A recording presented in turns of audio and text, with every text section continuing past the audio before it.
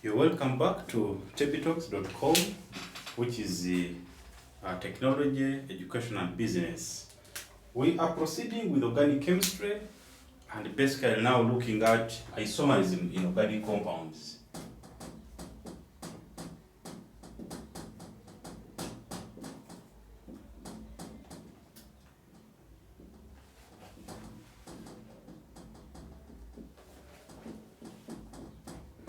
We are now looking at isomerism in organic compounds. First of all, we need to know what isomerism is. So isomerism is the existence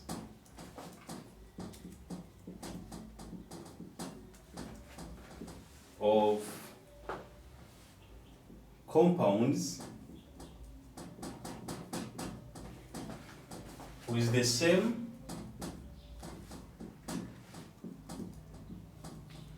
molecular formula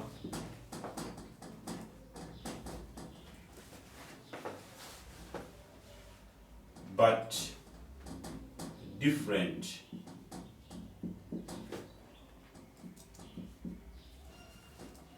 arrangement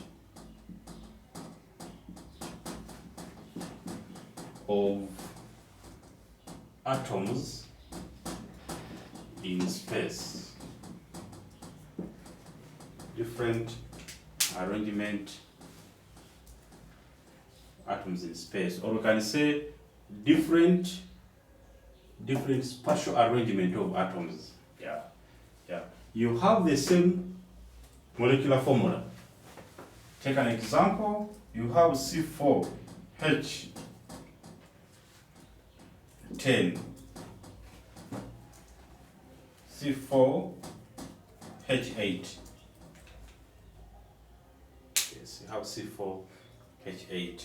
Now, this is a molecular formula, but the structure, somebody can write it as CH3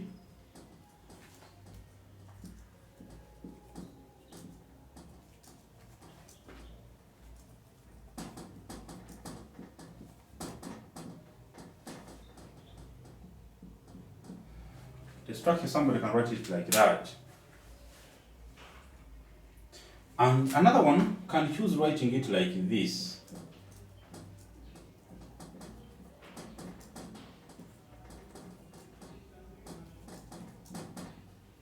So when you look at this compound and also examine this compound, the two are different.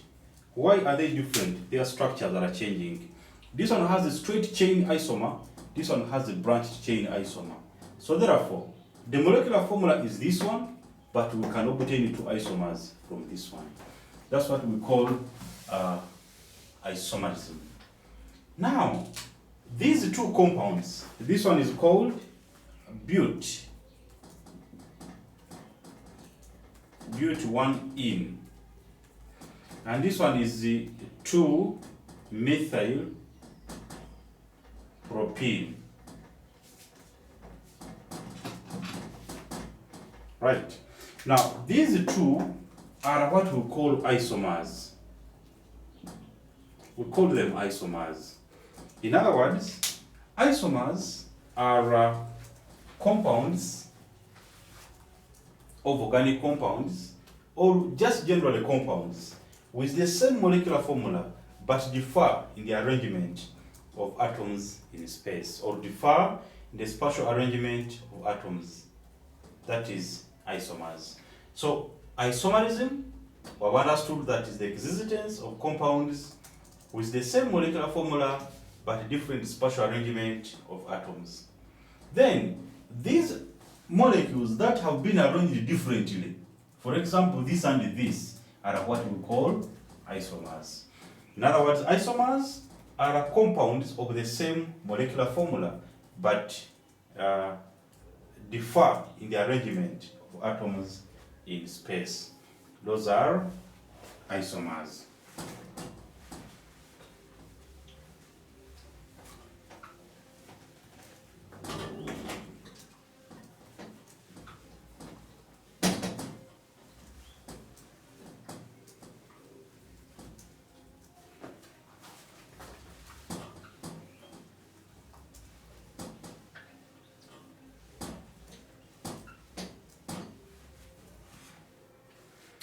Now, from there, I want to proceed and look at the types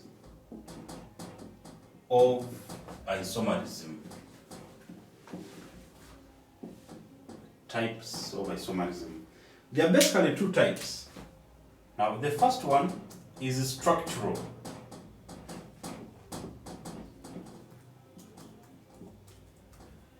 And the second one is stereo.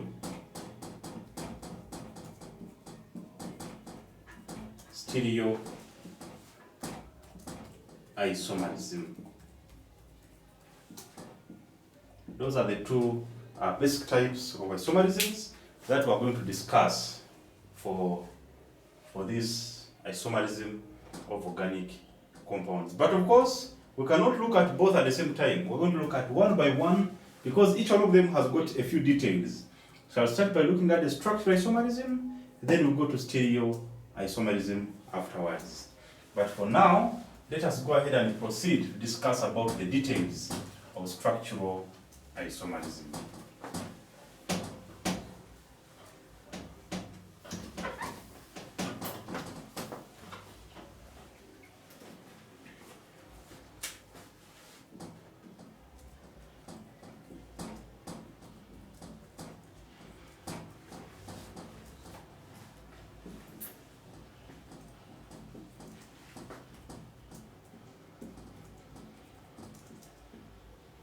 Structural isomerism.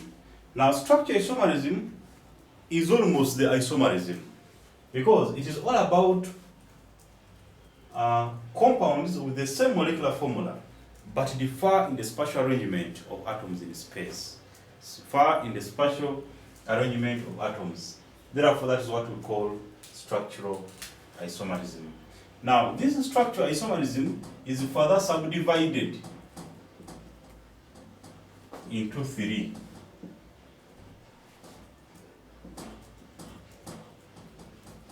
It's further subdivided into three. That is, number one, it is subdivided into chain isomerism. It is subdivided into position isomerism. It is further subdivided into functional group.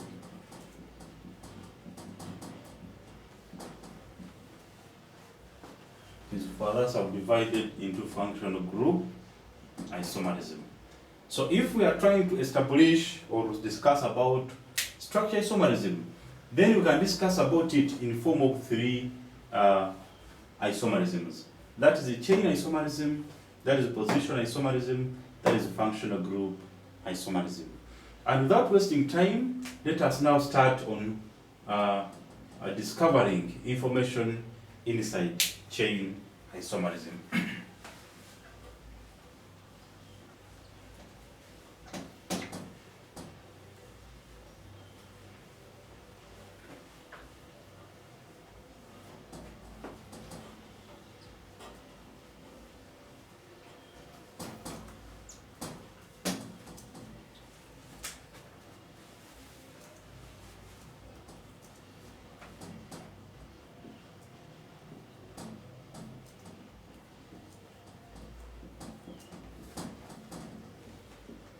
Now, when we talk about a chain, this chain means the structure.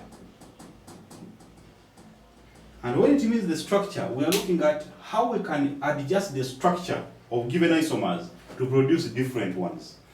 How we can adjust the structure of molecules to obtain different isomers without tampering with the functional group, without tampering on the position of the functional group. You don't tamper with the position of functional group, as well as you don't change the functional group itself. You will be looking at chain isomerism. I want to look at this example of C5H10. I want to look at this as my first example, how it can form chain isomers. Now, can first look at CH3. Of course, when you get a compound like this, you think you fit it in the general formula of a hydrocarbon. And when I fit it in the general formula of a hydrocarbon, I realize, this is C4. C5, This is supposed to be 12. 5H12, yes. I realize it is an alkane, and when I write the structure of an alkane, I'll have CH2, CH2, CH2, those are 4, then CH3.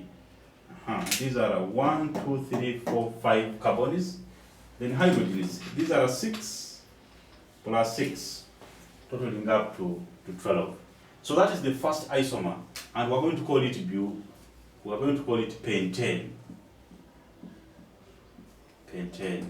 Now we look at how can we change the arrangement of these atoms in this molecule, in this chain, to ensure that we obtain different isomers, to ensure that we obtain different structures. I can pull out this methylene group and say I'm going to have CH3, CH3, CH, then CH3. So that when I count, of course you count the number of bonds on every carbon atom. Every carbon atom should have 4 bonds. Then count the number of carbons, 1, 2, 3, 4, 5. It corresponds to the 5. Then hydrogens, these are 3 plus 3, 6, 7, 9, 12. So therefore this one we call it 2-methyl. This is now butane, 2-methyl butane. Now, even if I create a methyl, I change it from here and I bring it here, it will still remain with the same name. But what I can do, I can change this methylene group. I can change that methylene group and bring it on that carbon. When I bring it on that carbon, then I'll create a new isomer, which is CH3, C,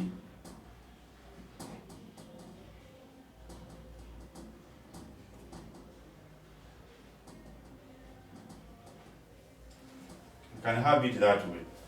And when I have it that way, then the name will be 2. Straight chain is having 3 carbon atoms, so it is 2,2. Di, because there are 2 methyls, a propane. 2-methyl propane.